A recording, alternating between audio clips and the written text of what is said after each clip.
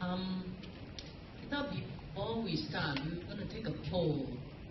Catherine and I were just talking that we should try and find out what segment, in terms of age, so we can think about.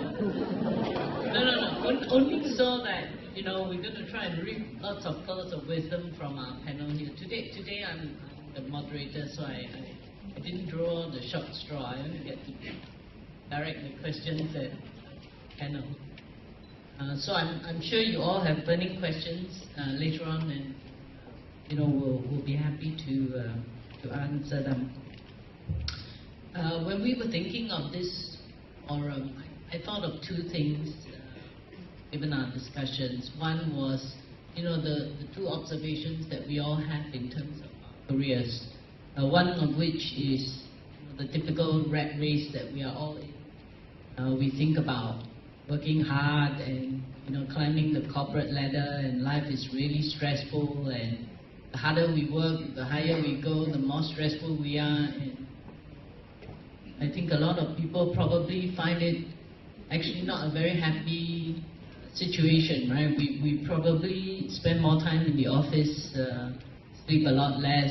Sometimes we get stuck, we don't go high enough. But I hear His Eminence earlier. I think we all have to remember this mountain sometimes. Look down as opposed to always be looking up and thinking about achievements and not satisfaction. What I thought would be useful, perhaps, if I may throw open the floor to our three panelists, and maybe I'll start with you, Beng, to think about, what in your view is a high-performance mind? What are the qualities of that high-performance mind? Oftentimes, I think for a lot of us, because we are always thinking about climbing that corporate ladder and thinking about achievement for self, what should we really be thinking about in our minds? This is a personal opinion. I think, as we all know, as His Eminence have emphasized, everything starts from the mind. All thoughts, action, speech, action, all start from the mind.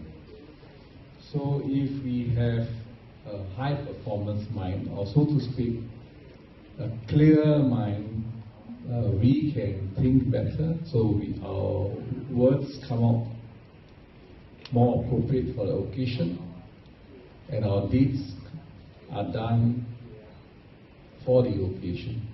We will be more attuned towards doing the right thing. So that's my concept of high performance mind. And of course, all of us have a mind, because we all exist because we have a mind. And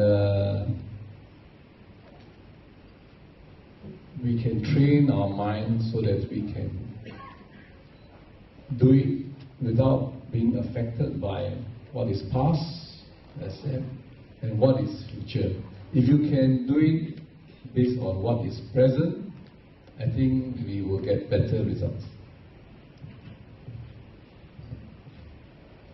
Catherine, hear from you. What is a high-performance mind? Well, to me, I think a high-performance mind is one that is clear, sharp, and focused, not clouded by emotions or an inflated ego, and a mind that is motivated by compassion and guided by knowledge or wisdom. By wisdom I would mean a good understanding of what is karma, impermanence, and emptiness. And we make decisions based on the right values. No, Your Eminence, I know you spent the last 40 minutes talking about the restful mind. And frankly, I think all CEOs should have a 3-hour session at a minimum with you to understand how they should think about what goes on in their mind. But let me pose another question to you. We've heard you talk about the 4 essentials of a restful mind. Do you think that when people talk about whether a successful CEO is someone who can think faster than others, they're more ambitious. Do you draw a similarity with yogis who can do superhuman acts? Are these testaments of high performance mind, and do they contradict each other? I think we have a tendency to kind of make everything romantic. Right? So when we think of yogis, we don't think about their inner spiritual accomplishment, but rather about the fact that they can fly. For myself, I always say, yes, I know that it is said that when you practice and transform your mind, understand the world as nature of your mind, you can do many things. But that is the byproduct. It is not the goal. Why should it be goal? Right? Let's imagine you can fly around here and there, but you're flying with untamed mind. You'll be stressed and angry and flying here and there, depressed and flying here and there. What is the difference? What is the point of flying? And besides, I don't see much point of flying now. We have very good airlines, right? So I don't see much things. But yes, you can say that in some way they are the kind of, example of the great potential of our mind. If we can understand and develop our mind, that there are so many, not only mental things, but physical abilities we can do. For CEOs also who can, think fast and, all of that. I guess, not only is it important to think fast, but to think correctly and think clearly. And especially if you can do it with a good motivation, like my respected colleague said. I agree. Usually there is a tendency, as I said earlier, the tendency to think that businessmen are, like bankers are like that. But I do not believe that. Why? Because many people don't realize that Buddha did not become Buddha in one lifetime. Even from Theravada point of view. When he was born as a Prince Siddhartha, he had already gone many years of lives as a Bodhisattva and practicing generosity. So, if you look at the Buddha's life story, he was a businessman. He was a king, that means he was a politician. Right? He was many things. So how surely Buddha would have done the businessman, king, with the best of motivation, with the wisdom of what is the best for long and short term for all the sentient beings. So that means, it is possible to be a businessman, banker, whatever, with a good motivation, with a skillful, and with that motivation, you will not only become yourself happy and wealthy, but also contribute to others. Anyway, our human happiness is very much dependent on each other. That's why, isn't that say that, when there's a lot of poverty in the country, even the few rich people also have to go through difficult times. It is not good to, it's better to have equality. Rich, poor, too much gap is not good. Right? So that is why when you care for others and live, kind of grow up together equally, I think with that motivation, I think you can be that kind of, comparison I can see. We had put out some questions for voting, and one of the top ones, perhaps Beng, you might like to take this one, and it goes like this. Are Buddhist teachings useful in helping you develop a high performance mind and make you a good leader?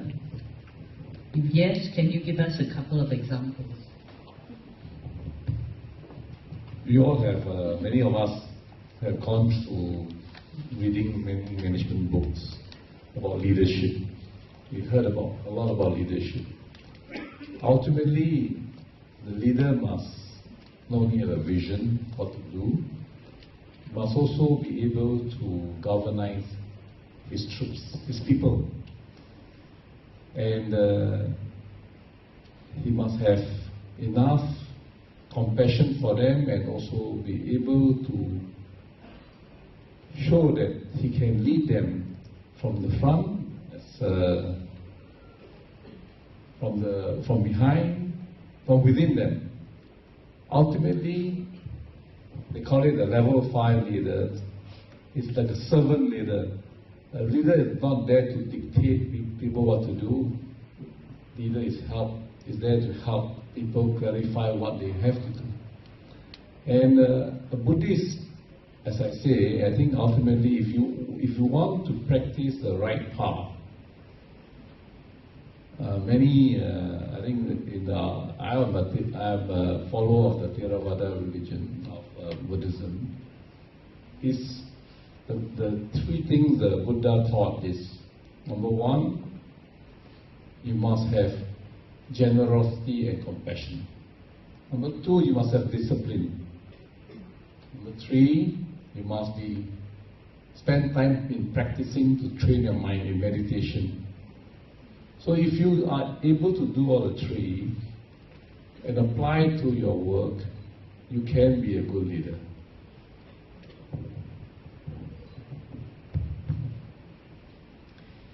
Catherine, do you have anything to add to that? Or shall I throw you another question? I think when a leader makes a decision, sometimes we really need to check on what is really our motivation. And when you instruct your troops or your team to do something, is it really for the benefit of yourself as a leader, so that you can hold on to more fame, more power, more wealth, or is it an act that is really beneficial to the company or to the clients that we are serving? Because sometimes you can ask your team, I want a PowerPoint presentation, 36 slides, with 3D and everything. But what is it really for? At the end of the day, it's just to have some information. Are you just trying to impress your chairman, that you have a team of people willing to do this for you? Or is it really important? Sometimes, when I make my decisions, I really think, what is it that in my line of work, I don't have clients, so to speak, because we manage like charitable funds, and ultimately the money, the donations that we receive goes out to the beneficiaries. So the money that we get in are from donors who wants to set up a fund, a named charitable fund. So a lot of times when they make decisions, they say, I want to set up a fund, and I want to help the poor. I want to help them in this way or that way.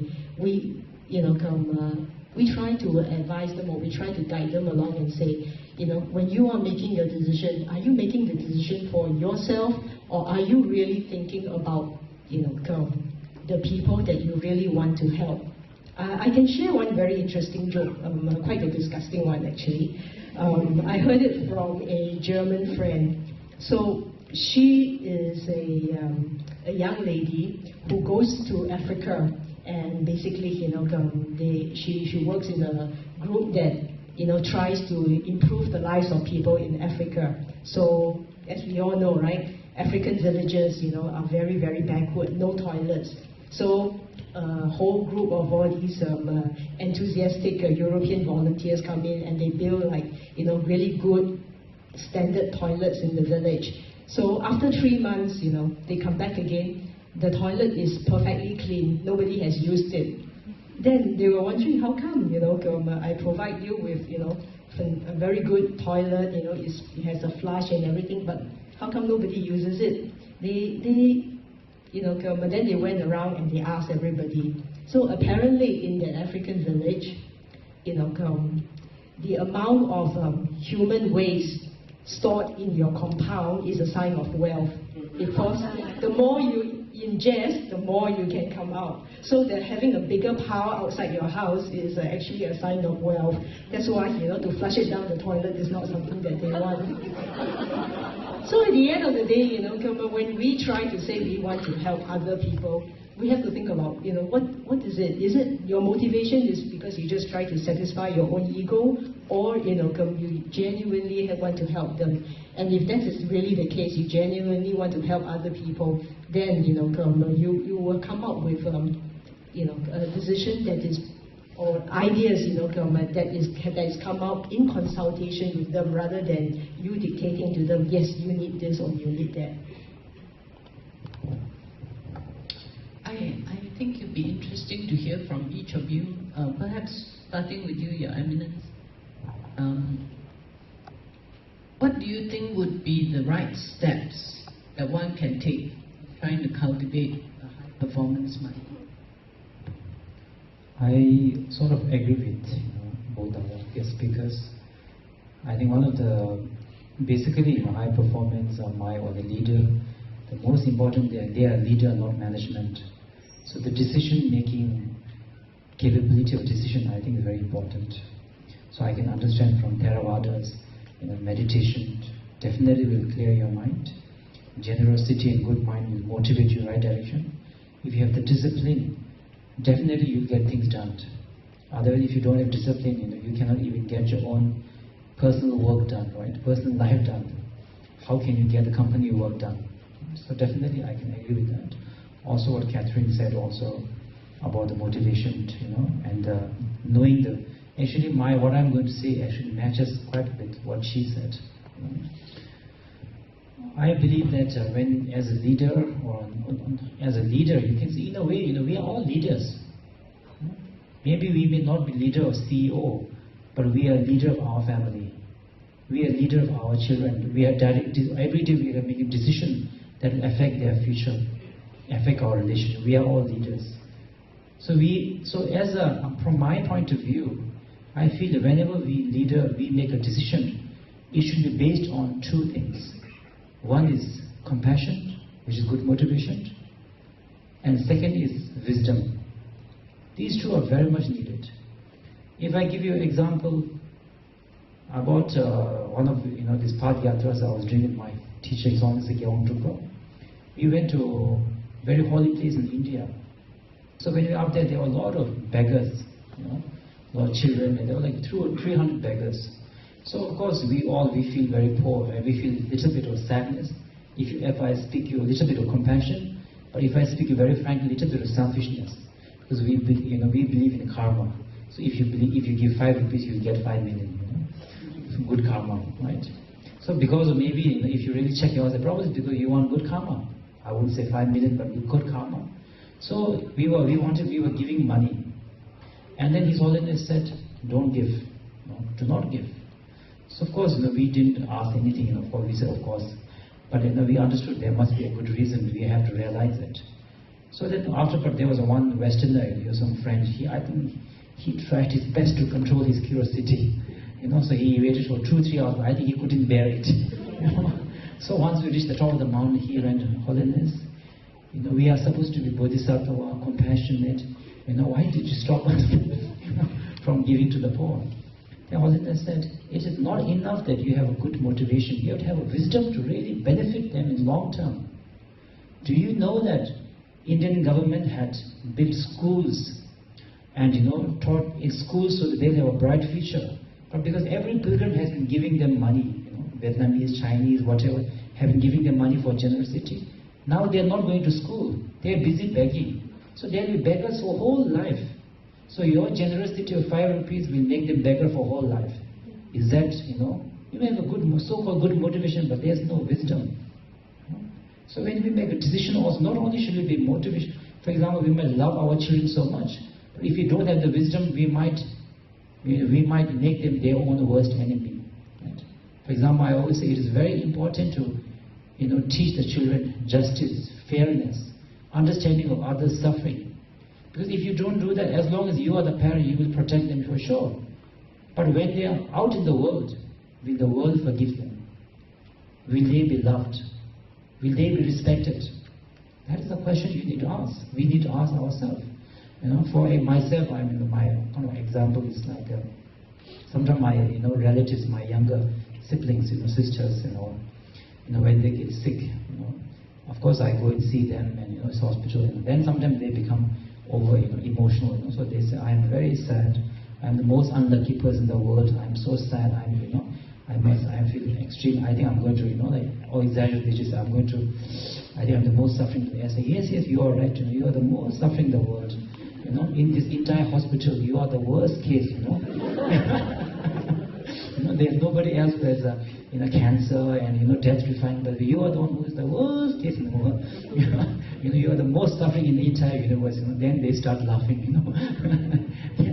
So you have to, I think whenever we make decisions, compassion, definitely, as well as the wisdom to see the larger picture and the consequences of our decision and actions. I think these two are very crucial, in my opinion. Perhaps Chow Beng and Catherine, you can give some advice to the young ones who are coming up in their careers, and whilst we all want to practice compassion and do the right thing, you always bump up against colleagues who have sharp elbows, who are in a rush to get to the top, who think about themselves, who probably will take the first step at stepping on you in order to climb up the ladder. What advice would you give to someone to stay the course, have the right moral compass, and think about climbing the corporate ladder at the same time?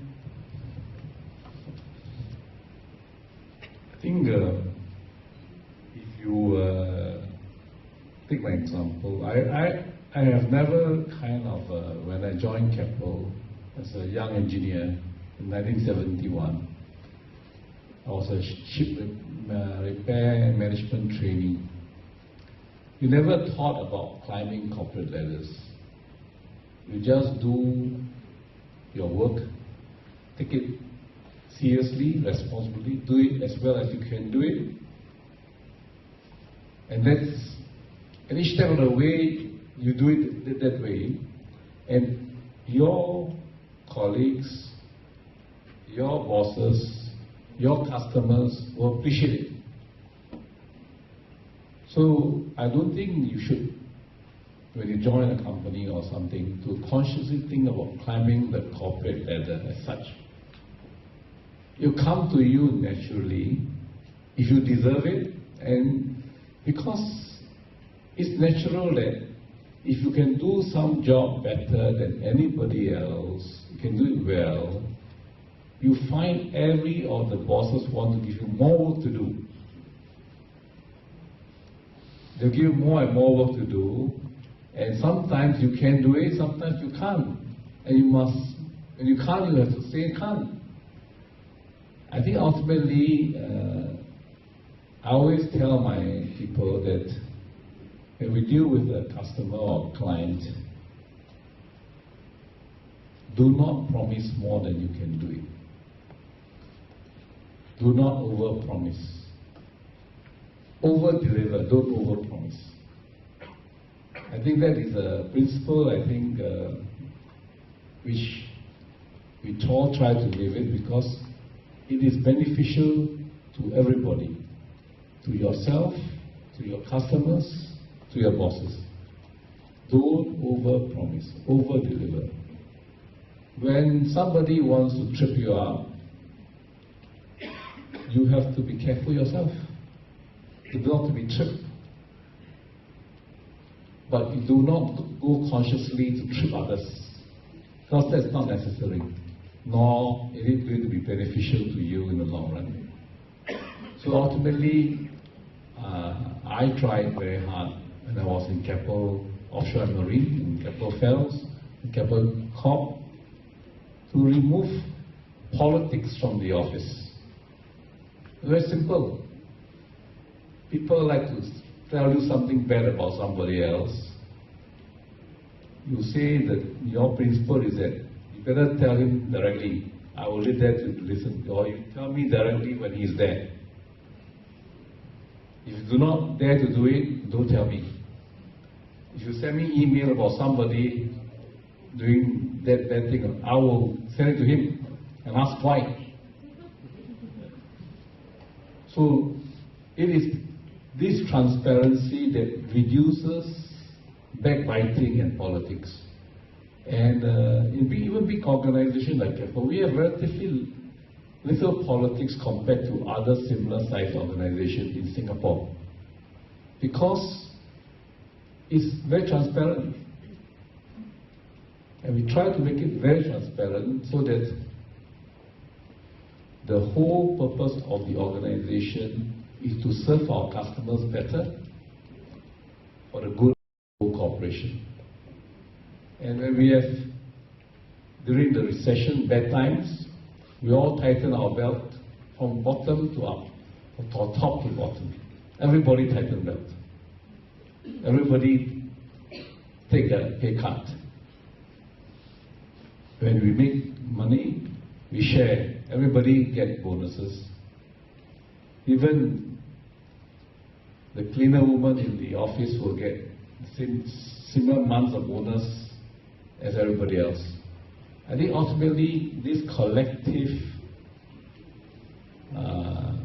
sharing is very important to motivate the whole team in the organization.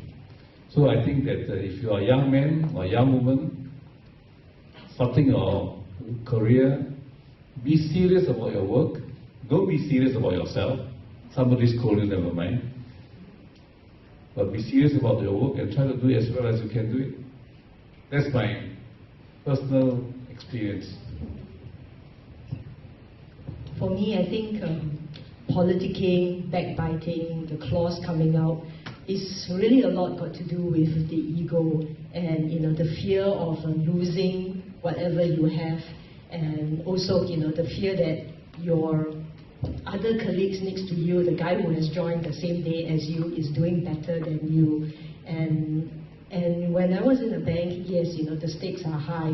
You have, high bonuses, and if you do well, you might be assigned to, a team that is doing the newest, the latest IPO. So the stakes are high, and you get very caught up with, I cannot share with my friend. Then what happens if he does better than me? Then he gets promoted. And especially in banking, there are many organizations whereby you have 5% natural attrition. So no matter how good you are, every year they will cut the bottom 5%. So every year we have to keep being on our toes, and you can imagine, right, year after year, as you get older and older, we still have to be the bottom well, we cannot be at the bottom 5. We have to be the upper 95.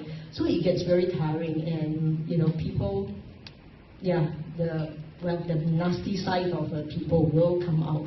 But for young people joining the industry, any industry for that matter, I would say, check your emotions and think about when you're making your decisions, are you, affected by your emotions? Because a lot of times we say things out of anger, or we say things out of jealousy, and that ultimately, or usually, will not be, a good career, that will not be good for your career.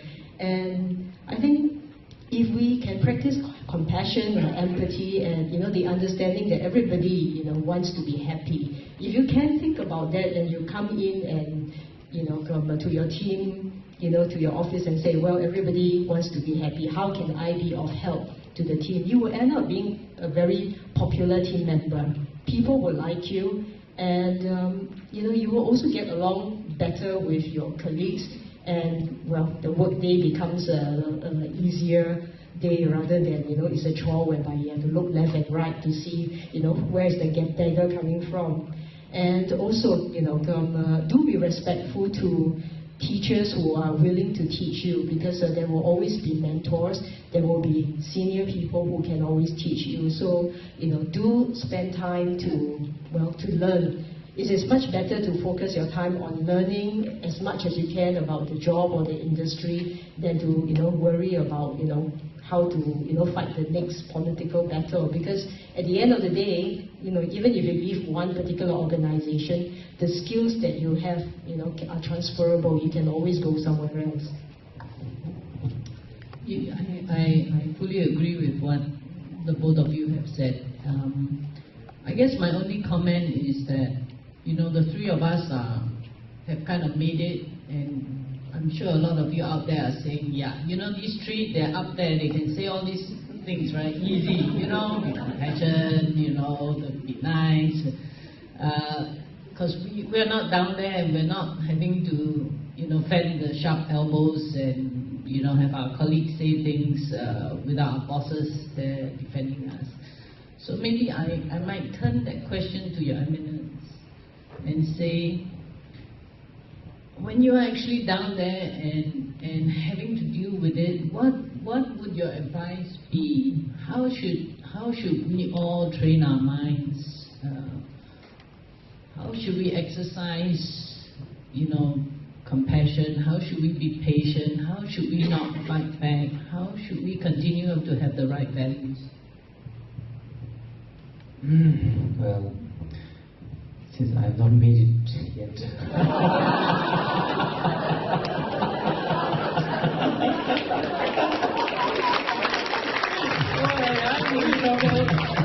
Maybe I can understand better, no?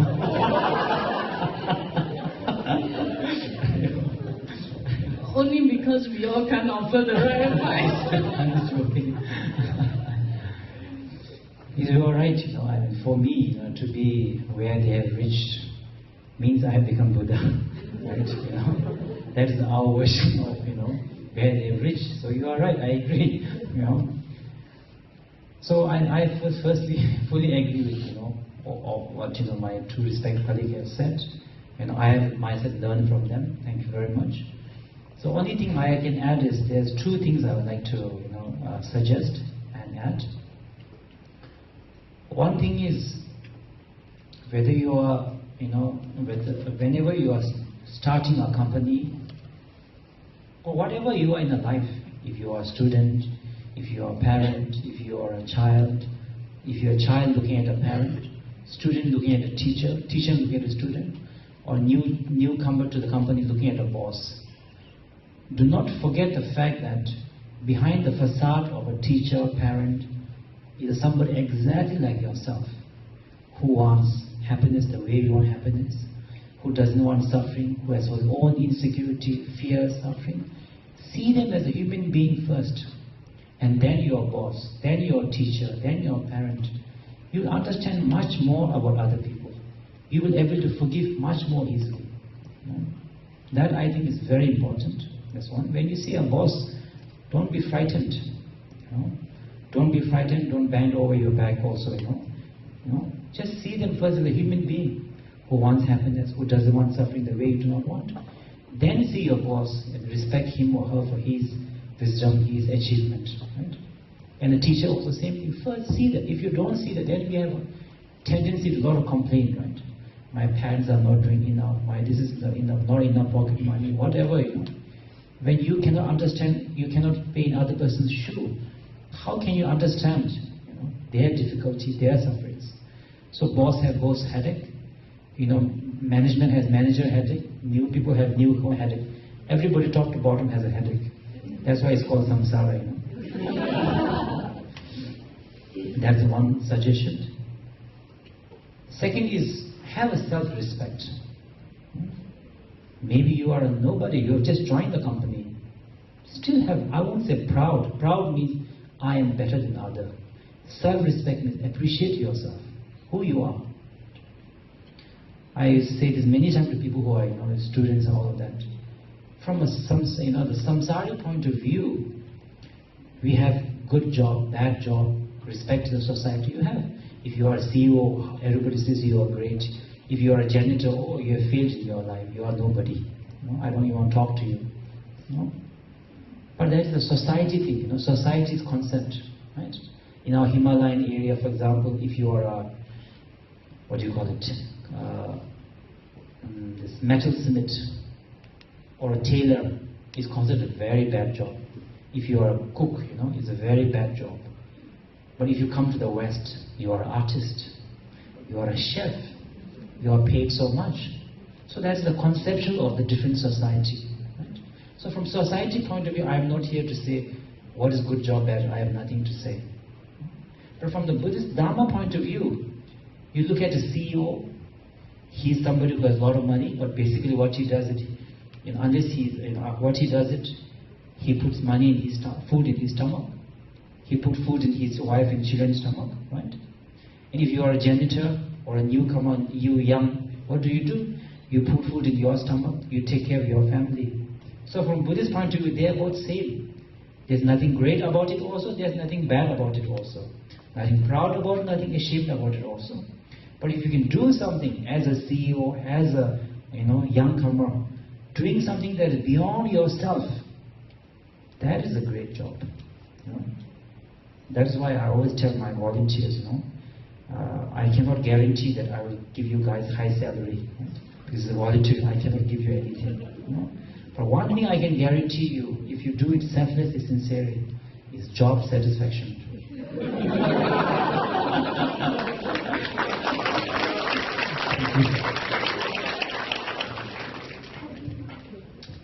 I think we should open up the floor for some questions. Would anyone?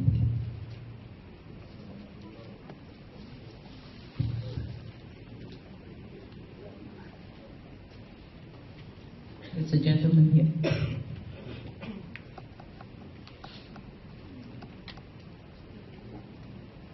Hi, very good afternoon to panel speakers, to Chiau, Beng and Keppel. Likewise, I haven't made it yet, so hence I'm asking the question. I've always been torn, at least as a young Buddhist, having our own faith, own beliefs, but we live in a very secular world, we live in a very material world. And while I concur with you, to have consciousness, to have empathy, to have love, to have respect in the way you carry your day-to-day, in the way you work in corporations. But there are times whereby things don't go the way you wish. For example, you may have a boss whose values may not be aligned to you. How far have you gone to fight that? For example, to Keppel, there may be times whereby you'll be assigned to an IPO deal or a certain transaction that are against your values. But you know that not doing so may be detrimental to you progressing to the next level. Like, to what extent have you fought this battle? And what have you relied on in your darkest moments?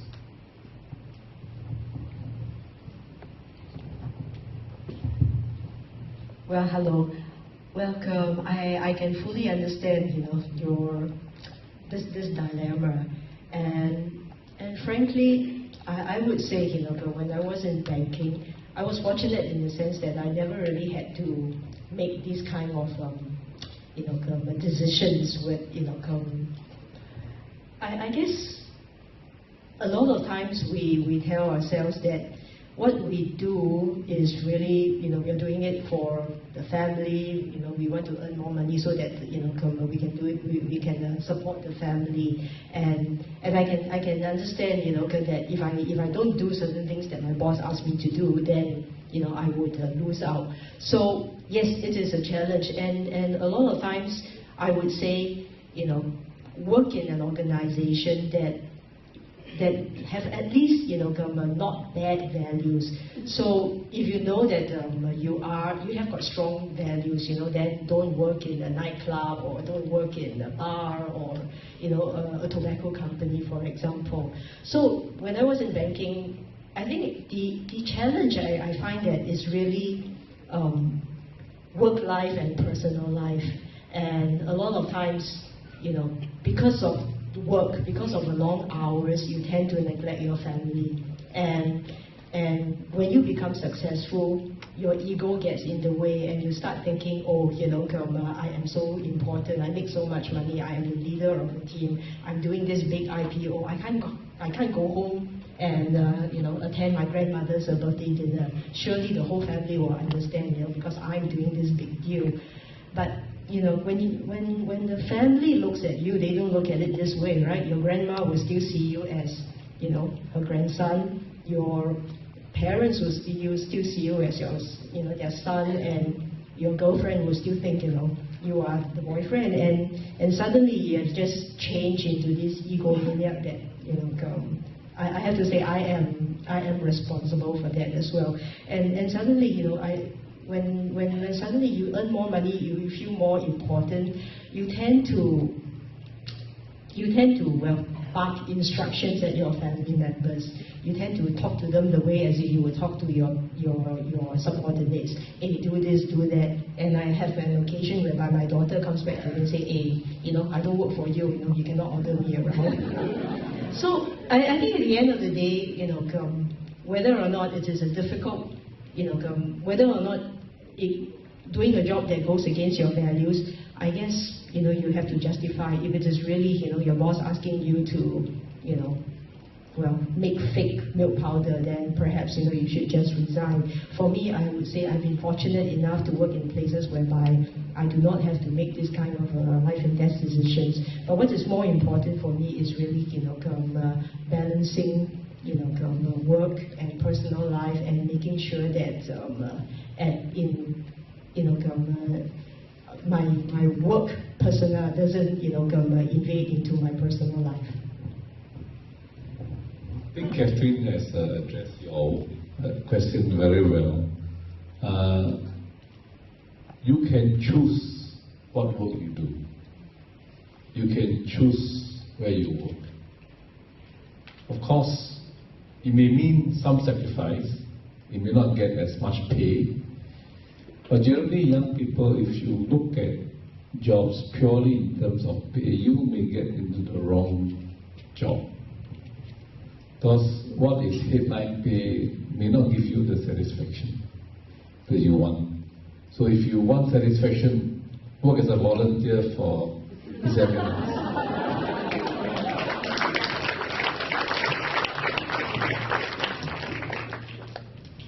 I think I know where you are coming from. Whilst you probably enjoy what you do, there are times where you have to work on transactions, specific transactions or deals that actually have issues for you from a values perspective, right? And what you do there.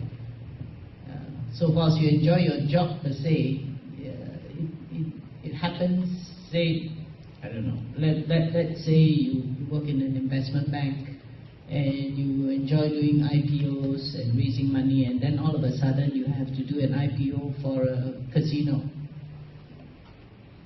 Do you say to your boss, I'm a Buddhist and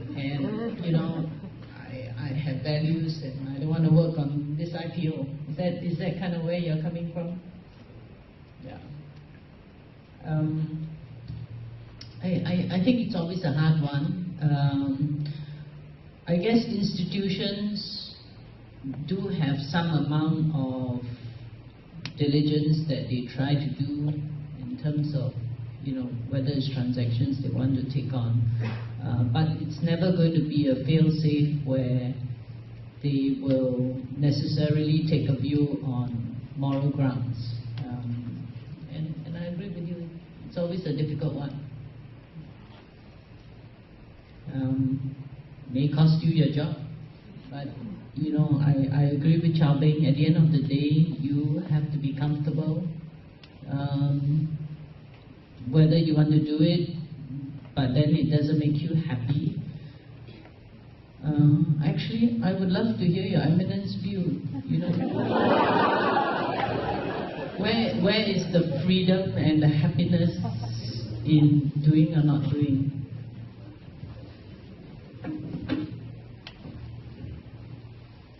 Actually, I am most unsuited to answer this. So I was really reflecting your views. But like I think Catherine, I am also very fortunate that I have a very good boss. My boss is His Holiness the Gyalwa Trooper. And for us, the motivation is what defines whether we are a spiritual organization or a commercial organization. So one of our motto of any Drupa organization, we have three mottos. One is most important is selflessness. If you don't have that, then you are no different from any other company, any other organization profitable for self. So selflessness is one of the most things. So, but I must agree that His Holiness has shocked us sometimes. For example, first time His Holiness said we must plant 100,000 trees in Ladakh, in 1 hour. We had to gather 10,000 people. His Holiness said we have to do Padayatra in like 5,500 meters, and usually the monks are always respected. Other people help and they serve the food. But Holiness said we monks and even Holiness himself must pick up the garbage, the plastics, and teach about environment. It really shocked us, definitely. And Holiness talked about women's empowerment, right? Then it shocked us because again, we have not practiced impermanent. We didn't realize that Buddha didn't talk about cleaning doing the plastic, because there was no plastic during Buddha's time. And Holiness said that basically whatever he does, whether it's women's empowerment, tree plantation, 100,000 we did, and the Guinness World Record we broke, the UN award His Holiness received for lifting of women empowerment, education. He's always said that from his point of view, he sees it nothing the lifting of organization we have. It is the non-religious or charitable organization. He sees it as nothing but the bodhicitta. It makes sense, no? Well, how can it be logical that I call myself a bodhicitta? I pray for sake all Mother Saint, I do Guanyin mantra. In front of my eyes, environment is suffering, beings are suffering, yet I just do Guanyin mantra and no, nothing, I do nothing else. How does it make logic? So when Holiness explained to us, then it makes, then I understand. So Holiness has shocked us, yes, many times. Holiness has asked many things against our conscience, not even once. And I feel very fortunate for that. But in terms of your situation, I will say that I think in a life there's always two directions. One is a shortcut, right? For example, you can do many things which are wrong things. In gain corporate world also, I'm sure there are many shortcuts. But cause and condition karma is there. For these shortcuts, you will have to pay the price. Price can be no respect, distrust, hate. If you're willing to pay the price, up to you. Right? Buddha does not judge; he just teaches the karma. Right? So that's why that's one. I think we have to judge ourselves whether we are willing to bear the karma, cause, condition. That is one thing. Second is that if you really have no choice, then I guess we always have to find a way to balance things. Right? For example, I guess, like they were saying, like, if you have to do the IPO for casino, then I guess you have to make sure that, maybe the casino also does something, that is beneficial to the society. Right? I heard the Singapore government made the casino build that nice, beautiful garden. Right? And they didn't do. Oh, it was a taxation from the high tax. Oh, casino. Oh, I see. It's not a casino then. But I guess from the tax from that, right? So I guess if you really have no choice, then only thing you can do, they're saying, that do things which you don't like so that you can do what you like later on in life. I guess that is a practical suggestion. Not from a Buddhist point of view, but just practical.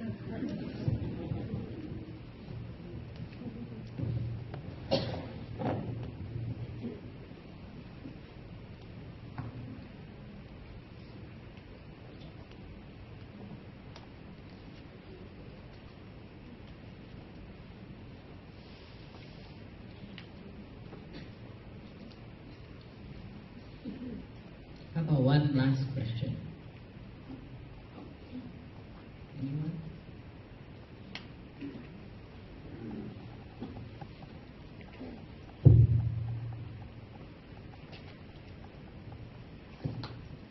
Thank you for the excellent sharing. My name is Wei. I just wanted to ask, when we were given an important role, we immediately feel important. The ego is boosted. So at that particular moment, how can we become less ego or become egoless?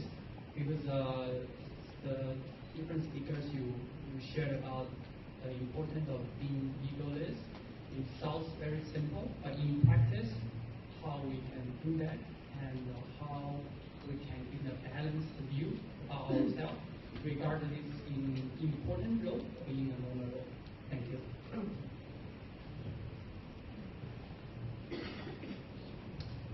Well, let me start, even though I'm not on the panel and I'm a moderator, only because I have changed so many roles in my life, and I will say that every time I had a new role, I always think of myself.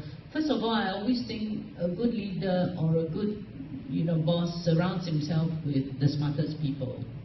I think you have to accept that you're not the smartest person, because if you don't, you never go far. And I always make sure I listen to everybody else, because if you surround yourself with smart people and they come up with good ideas, that's how you can all make it together. I think the world, no man is an island, and especially when you work for big institutions, to be able to network and to have colleagues to work alongside you is really important. Every time I had a promotion, to me the important thing is I was there because of the help of all my colleagues, not just my own effort. And it's always about actually serving as opposed to leading. I think that as Beng says, in my mind, is what makes a really a leader. That you should be thinking about serving as opposed to leading. And the thing about making sure that you surround yourself with people that are smarter than you, and actually be open and listening. And the other important thing is you never steal other people's credit, because that's the last way people will ever respect you. I think a leader is someone who has a vision, who can see things, who can take all the pieces and put it together, who sometimes can see the big picture when all the smart people don't. That's what you're there for, not to be the one who says, I know it all. I think I should go first, otherwise all the answers would be given and I have nothing to say.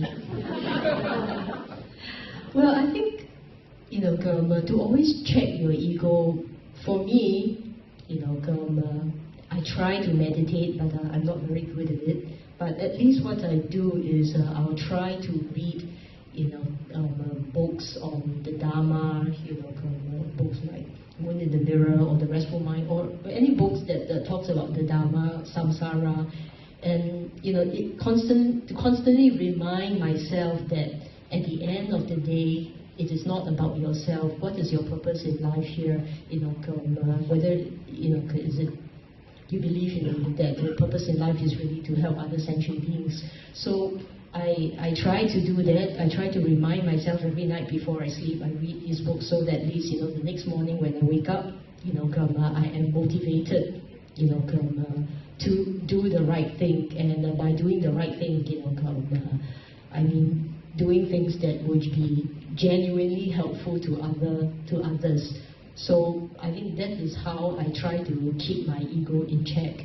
And I have to say that it is easier in the social sector than compared to be working in the private sector, because if you work in Raffles Place, everybody that even drives into the car park, at least it is a Volvo. So when you have like a Japanese car, you say, oh my, embarrassing, better don't park in one Raffles Quay.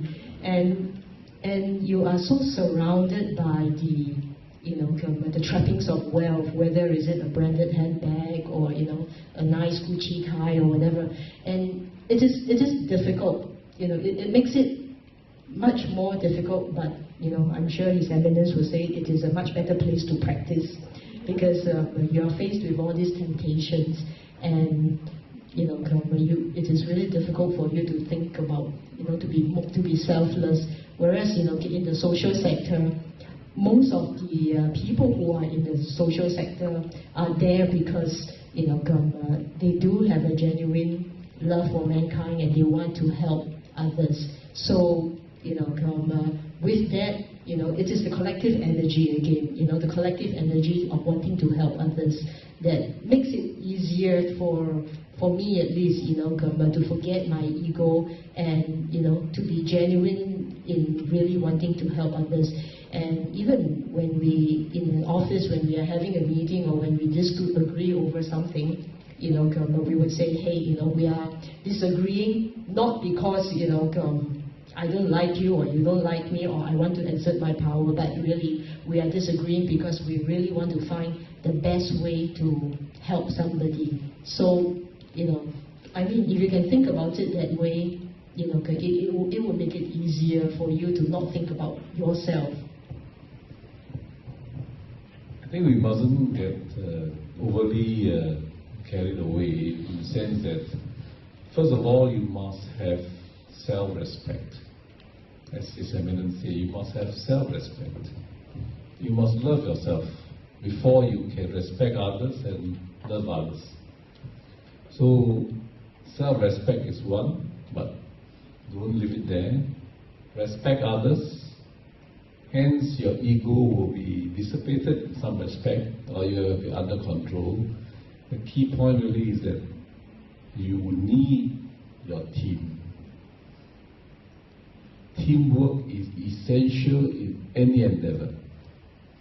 I think the key point really is that you need people, you need your team, and you must respect yourself and respect your team.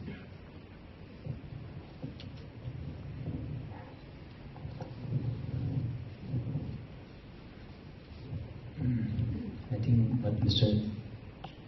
Said, that distinguished guest said really struck a note with me, that you really need your team. I think that's really true. I think that's why we say that pride is very destructive. Because when you're proud, then you forget it was with the help of many that you are, where you are. Right? So isn't there a joke saying that, what is it? When you are successful, you call yourself self-made. When you are not, you blame your mother. Not giving you enough love. Right?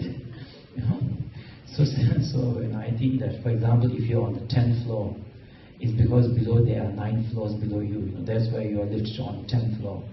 So similarly, the fact where you are right now, if you really think back about it, is due to the kindness, support of many. I mean, from the time that we were born in the world, we came with 0 bank balance and fully without any clothes, except the baby suit, right? And it was because of other parents' kindness that we are in this. We were alive, gave education, thanks to the government also, because of their good leaders, gave good education, support, it's just good system. Appreciate the government, appreciate the people, appreciate the environment. Without the trees, the water, we will not be existing. Appreciate them, So I think if you do appreciate, and in the work also where you are, it's because of many people's help. For example, today we are having a very good talk. It is not just because of myself or the speaker. How many people I'm sure for months and months they've been working very hard. They're doing very selflessly. It's not for a profit. Maybe only profit they want is good karma, probably. Other than that, I don't think so. I know them. So it just appreciate that it is not only yourself, but many people's effort that you have reached. That's one. And second is, I don't think I can say I have egoless, so I have mastered it, but I am definitely fortunate, as I said earlier, to meet enlightened master, Buddha in human form like His Holiness. So one of the teachings teachings I can share with you is there's a teaching saying that, meditation saying that, whatever happened yesterday is today's dream. Whatever is happening today will be tomorrow's dream. Right? So today you might be the guest of honor, VVIP up there.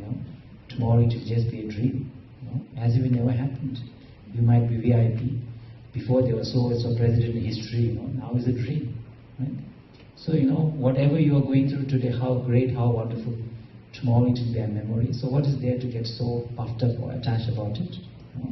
This is one of the meditation teaching is supposed to be very beneficial. So I am just suggesting it to all of you.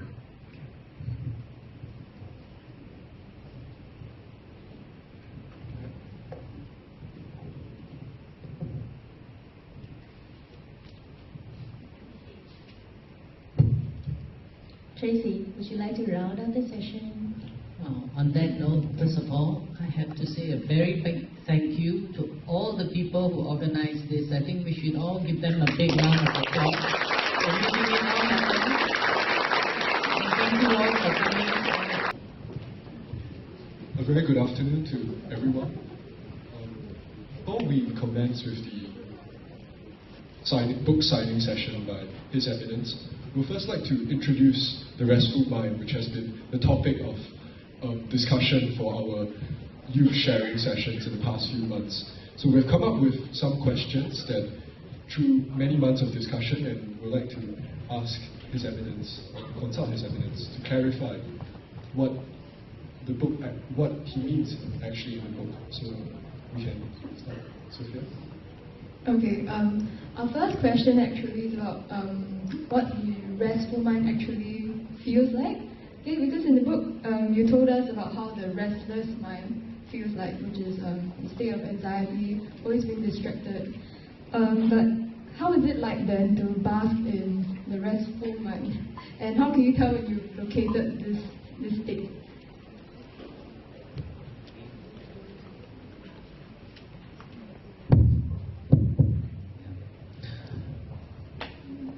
I was kind of asked something similar question in Vietnam, when we did the Vietnamese version, which is called Tam An Lam.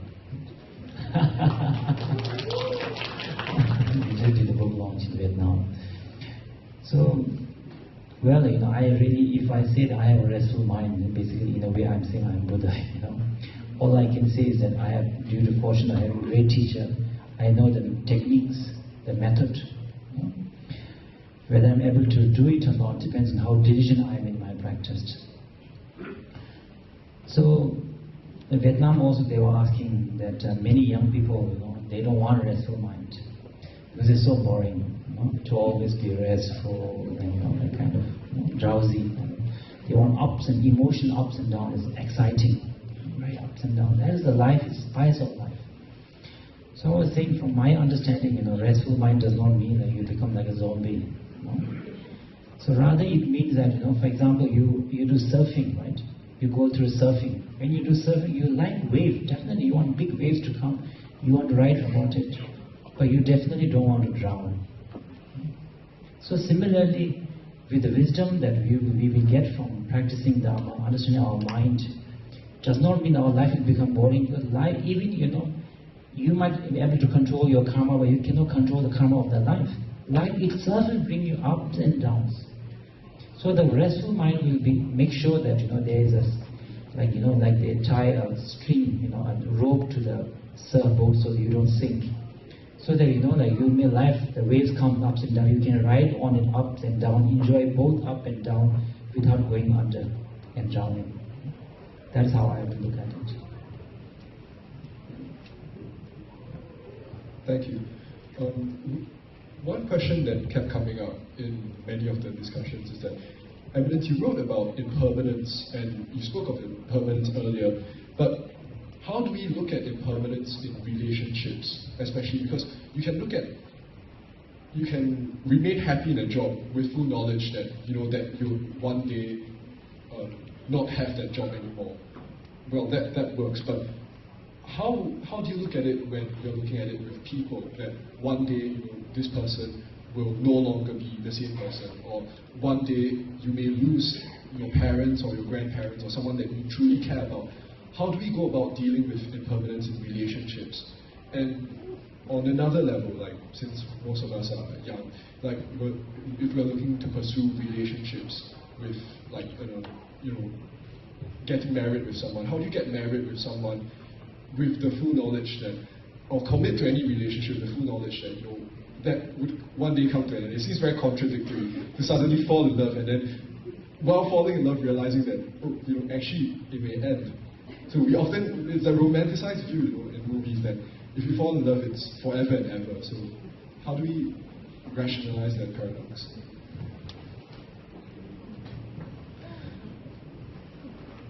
Well,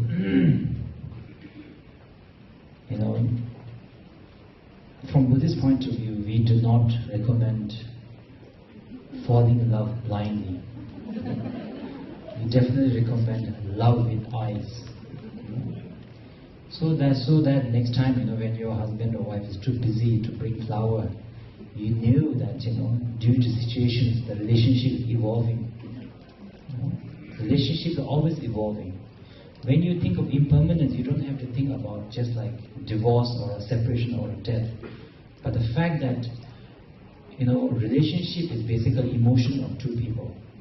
Emotion means thought. So every time our thoughts are constantly changing. Sometimes we love some person more, sometimes less, sometimes more distant, sometimes closer, sometimes distant. So whenever we are getting closer, distant, up and down, that means the relationship is evolving. Nothing stays the same. So if you can understand that, then we will be able to evolve from a boyfriend, girlfriend to wife and husband, from wife and husband to a parent, from parent to grandparent. We will be, because it is a natural process, we will be able to understand and we can adapt to the evolution. That is one. And second is that, in a way, I feel that if you understand relationship as impermanence, and what you call not existing as it appears to be, it will actually make you work harder. Because the relationship is not something that is permanent, comes without cause and condition. Relationship also because of cause and condition. Right? For example, let's say the coffee did not come by itself. You have to put milk, sugar, everything. So if you want a coffee, you must keep, putting milk, coffee. Right? So similarly, if you want the relationship to sustain, you must keep putting love, commitment, forgiveness, understand all these ingredients, because relationship has no inherent existence. So you must making sure the conditions are always there to keep the relationship. So in a way, I would say that from the the wife point of view, we should understand every relationship changes. People have relationship emotions. So maybe today is not in the mood to bring flower. Okay, maybe tomorrow he might be again. Emotions change, right? But from the husband point of view, knowing the relationship is because of many cause and conditions, he should be trying his best to remember the Valentine's Day.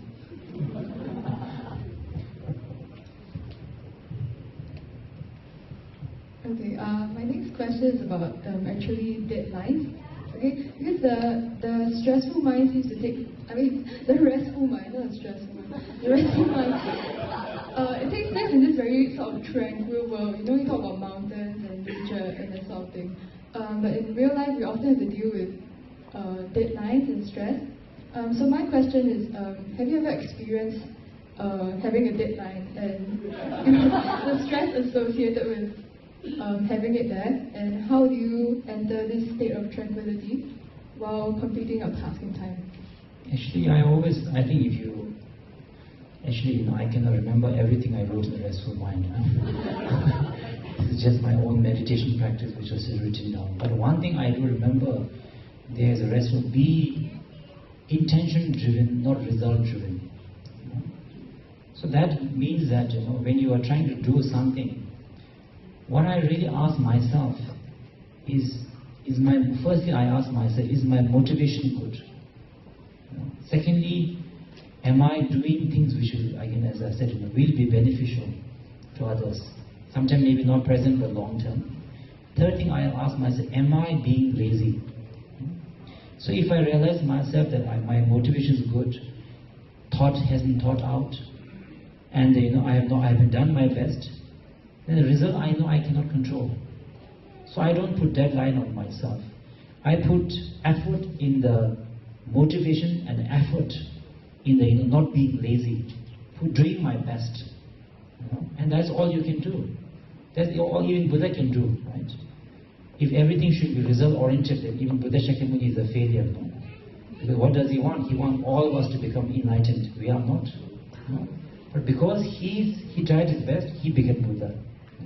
We have not yet. So I think the being intention driven and not result driven, because result is out of our control. So I think once you've done your best, I don't think there's no point worrying about it. That is how I treat it.